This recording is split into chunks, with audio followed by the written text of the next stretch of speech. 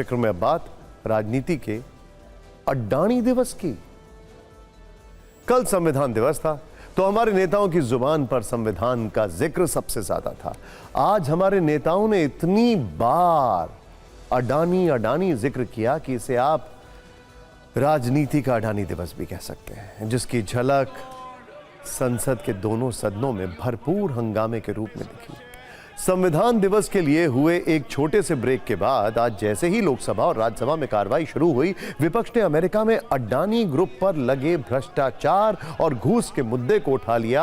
Adani group के chairman को गिरफ्तार करने की मांग करने लगे। हंगामे का पहला राउंड सुबह 11 बजे शुरू हुआ तो कार्रवाई 12 बजे तक के लिए स्थगित कर दी गई। लगा कि 1 घंटे बाद मामला शांत हो जाएगा, लेकिन 12 बजे दोबारा कार्रवाई शुरू होते ही फिर हंगामा होने लगा, जिसके बाद लोकसभा और राज्यसभा दोनों को कल तक के लिए स्थगित कर दिया गया। इसके बाद नेता प्रतिपक्ष राहुल गांधी सदन से बाहर निकले और साफ साफ कह दिया कि गौतम अडानी को गिरफ्तार किया जाना चाहिए। बहुत से लोग छोटे आरोपों में गिरफ्तार हुए हैं। अडानी ने हजारों करोड़ों रुपए की रिश्वत दी है। एक बार सुनिए राहुल गांधी ने अडानी ग्रुप और गौतम अडानी पर क्या क्या कहा। Adani Greens have denied all the allegations of bribery charges.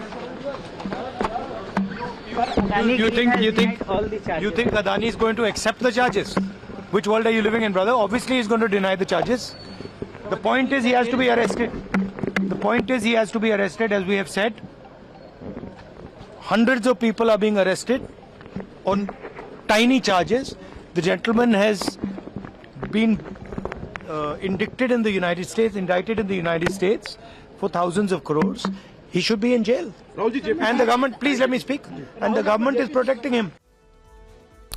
दरअसल कांग्रेस ने लोकसभा में अडानी ग्रुप के भ्रष्टाचार के मुद्दे पर जेपीसी के गठन की मांग को लेकर स्थगन प्रस्ताव दिया था, जिसे स्पीकर ने खारिज कर दिया। इसके बाद हंगामा बढ़ा और फिर विपक्ष और पक्ष दोनों ने एक दूसरे पर तीखे हमले किए।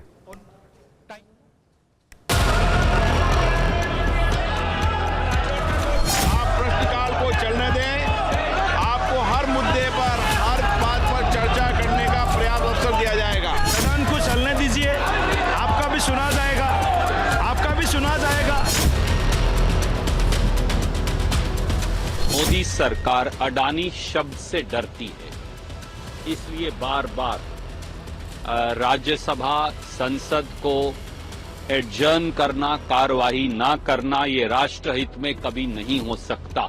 तो ये अडानी जी का नाम लेकर के बार बार ये विपक्ष का इस तरह का रवैया और स्पेशली कांग्रेस का पार्टी का रवैया बड़ा दुखद है और दुर्भाग्यपूर्ण है और देश की इस राजनीति के लिए अच्छा नहीं है, देश के लोकतंत्र के लिए अच्छा नहीं है। जैसे ही हम वहाँ पे खड़े होते हैं अपना बात रखने को, वैसे ही adjourn के दिया जा रहा है। जैसे ही बोलो दा तो वो समझ जाते हैं अडानी जी के चर्चे होने वाले हैं, इसलिए adjourn हो रहा है। Now will that evidence be made public? Will the Indian agencies be cooperating with the US agencies? Are we asking for information? Why is the Prime Minister so afraid to discuss Adani inside the parliament? That is what we want to know.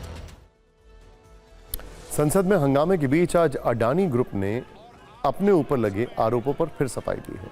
Adani group पर आरोप थे कि भारत में solar energy से जुड़ा एक contract हासिल करने के लिए भारतीय अधिकारियों को करीब 2200 करोड़ रुपए की रिश्वत दी या देने की योजना बनाई गई थी। इस पर अडानी ग्रुप ने कहा है कि चेयरमैन गौतम अडानी, उनके भतीजे सागर अडानी और सीनियर एग्जीक्यूटिव विनीत जैन पर अमेरिका में रिश्वत से जुड़े कोई आरोप नहीं। कई मीडिया हाउसेस में चल रही खबरें पूरी तरह से गलत है, यानी अडानी ग्रुप ने उस खबर को ही खारिज कर दिया जिस आधार पर भारत में अडानी की गिरफ्तारी की मांग हो रही है। वैसे इन आरोपों के बीच आज भारत के पूर्व अटॉर्नी जनरल मुकुल रोहतगी ने एक प्रेस कॉन्फ्रेंस की और दावा किया न्यूयॉर्क कोर्ट के आरोप पत्र में एक भी नाम या डिटेल ऐसी नहीं है जिससे पता चले कि इस पूरे मामले में किसे रिश्वत दी गई है या वो किस डिपार्टमेंट से जुड़ा है। मुकुल रोहतगी ने कहा कि कुल 5 आरोप हैं, जिसमें 2 आरोप प्रमुख हैं, लेकिन दोनों ही आरोपों में गौतम अडानी और उनके भतीजे पर कोई आरोप नहीं। पहला चार्ज है कि अमेरिका का कानून जो करप्शन का कानून है, करप्शन विदेश का कानून, अमेरिका में नहीं बाहर, उस चार्ज में कई लोगों का नाम है, लेकिन ना अडानी का नाम है ना उनके नेफ्यू का नाम है। चार्ज नंबर 5 में जो चार्ज है कि न्याय के रास्ते में बाधा डालना, ऑब्स्ट्रक्शन ऑफ जस्टिस, जो एक सीरियस ऑफेंस हो सकता है, उसमें भी ना मिस्टर अडानी का नाम है ना उनके भांजे का नाम है।